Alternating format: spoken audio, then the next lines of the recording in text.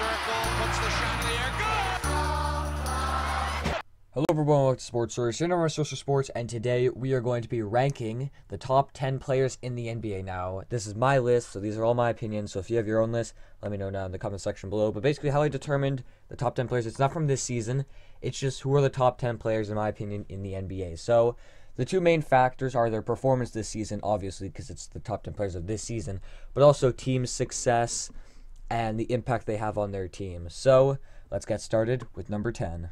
At number 10, we have Russell Westbrook. Now, he leads the league in steals currently as I'm making this video, and he's just locked in on defense. He's been a terrific defender this year for that Oklahoma City team. He's a triple-double machine as he is averaging 22, 11, and 11, but there's a few problems, there's a few problems with him. First of all, he's not an efficient shooter. He's not a good shooter at all. He's shooting 41% from the field, I think 60% from the free throw line, and a very bad three-point percentage, so that's not good. But he makes up for it because he's a tremendous athlete. But he's also averages a lot of turnovers, which, I mean, that's no surprise. He always averages lots of turnovers. Some people argue he's too ball dominant, but this year I feel like he's worried more about team success than personal success, so that's why he's this high up. You know, people call him overrated, but I think this year he's stepped up in those aspects. But another thing about his game is IQ. His shot IQ isn't the greatest, and just his passing, just things in general. He's not the smartest basketball player, but you have to look at all his talent. He has the talent of a top 10 NBA player, and he just needs to apply it better. But I think that he has the talent to be a top 10 NBA player. It's just how he uses it is the only problem for Russell Westbrook. Now, this next one between number 9 and number 8 was a very tough one, but at number 9, I'm giving it to Joel Embiid. He is a terrific defender and one of the best rim protectors in the NBA. He is a double-double machine as he is averaging 27, 13, and 4. And he is one of the most dominant post scorers, if not the most dominant post scorer in the NBA. And he's had lots of team success, so that's why he's this high. But there's a couple things that doesn't make Joel Embiid higher on this list. The first thing is clutchness. Now, he doesn't take those big shots for the Sixers because they have Jimmy Butler. And some people are, well, he is the best player on that team, but Butler makes it seem like he isn't. And the last and final thing is his energy. He is the first place in net rating for the first half of a game, but he is last in net rating for the second half of a game.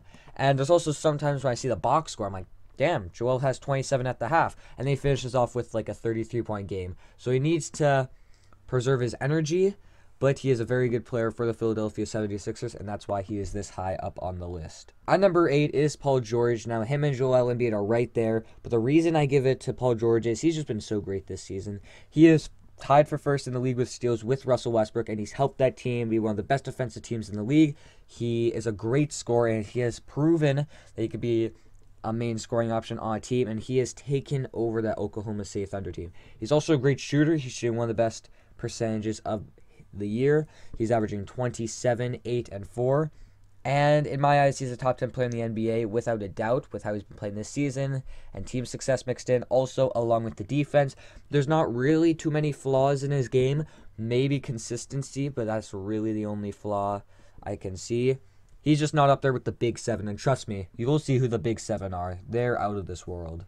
Coming in at number 7 is Giannis Antetkounmpo. He is averaging 27, 13, and 6 right now. And the reason he's so up on this list is his team has been one of the best in the NBA and most of the surprising team this season. He is one of the most versatile defenders in the NBA. He is a great post defender and perimeter defender, and he has led his team to one of the best defenses in the NBA. He's got a lot of team success, but there are a couple problems with Giannis. One is his age. I wouldn't feel right putting him this high on this list, because, you know, he's only 24, and there's guys up here who've been in the league and put in that work for a longer period of time. You know, Giannis is an amazing player, but this top 7 is a really tight list, and I just don't feel right putting him way up there yet. Another one is he can't shoot. That's obviously the biggest weakness in his game, is that he literally can't shoot. He is one of the best, if not the best, finisher at the rim, but from outside, he's just not a shooter. But yet he continues to keep shooting because he wants to improve. But at the end of the day, if that's not your game, then you're not going to be hitting those shots for your team. Overall, it's not really hurting their team, and he is a top MVP candidate for this season, so that's why I have him at number 7. Coming in at number 6 is Kawhi Leonard. Now, the reason he's so up high on this list is because he is an amazing defender. Some argue he's the best defender in the league. He is a 2-time Defensive Player of the Year award winner. He is an efficient scorer. He's shooting 50% from the field. He can create his own shot. He's a very efficient scorer, and he's versatile. He can fit into any system, basically. And he's not very ball dominant. He can work off the ball extremely well, and he is very consistent. He has had 30 games in a row scoring over 20 points a game, so that's very good. And his team is very successful as I'm recording this video. They are the 2nd seed in the East. But the reason he's not higher up on this list is because A, there's better players ahead of him, and it's really hard to make it high up on this list. And B, it's because his team, it's not that his team necessarily doesn't need him, but when Kawhi's out, because he's been resting a lot, he's only played 38 games this season, but when he is out resting, the team still is winning just fine. So that proves to me, I mean, that he's still a really good player, but that the team also does virtually better without him, but which is a bad thing to say. But I think that he's not valuable enough to his team, but he is still virtually a top 10 player in the NBA. Coming in at number 5 is James Harden. Now, originally I had him higher up on this list, but I've decided to demote him for a couple of reasons that I will explain soon. But let's talk about the good of James Harden. He is on a historic scoring run right now, and he has just been lights out, killing every team, and he's just been a monster. And he's been one of the best offensive players for a couple of years now, and he's been MVP candidate for like, what, 3-4 years in a row? And some people argue that he should already have 2 MVPs to his name, maybe even 3. And you know, at the start of the season, the Houston Rockets, they weren't looking too hot. But then CP3 went down, and Harden took complete control of that team, and that's what started this historic scoring run. But the reason that he is not higher up on this list, and the reason why I demoted him, is because consistency. There's lots of games where he's not shooting very efficient. Some people argue the free throw things too, but I actually have that as a positive because it's a skill at drawing so many free throws, and you can't really blame him for being smart and drawing so many free throws and getting to the line. And he's an amazing free throw shooter, by the way, so he's going to hit that. But another reason is too many turnovers.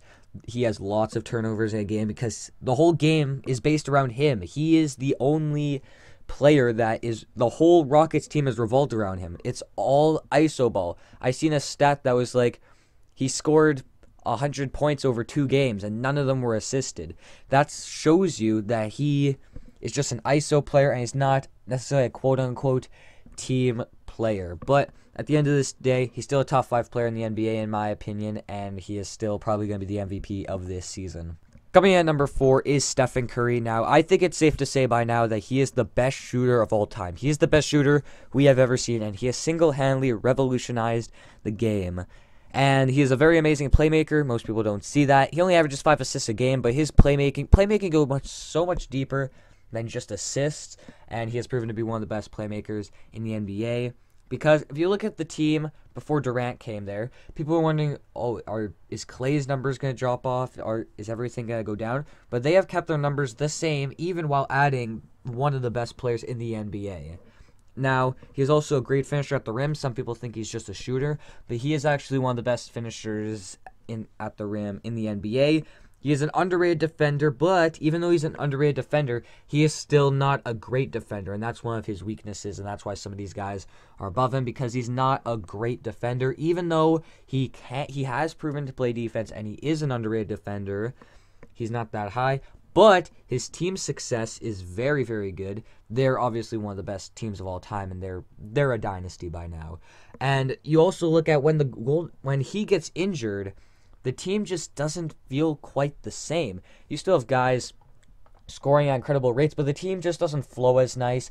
They don't score as much. Curry really helps that team in so many ways that, you can't really look at stats that much. But even though his stats are pretty nice, as he is averaging 29, 5, and 5, another knack on him is his ankle injury has been whittling him through his whole career. And the only reason I can see the Warriors not winning this championship is if Curry isn't healthy. Now we're into the top 3. And at number 3, I have Anthony Davis. He is a great scorer. He is one of the best scorers in the NBA. And he is also one of the best defenders in the NBA.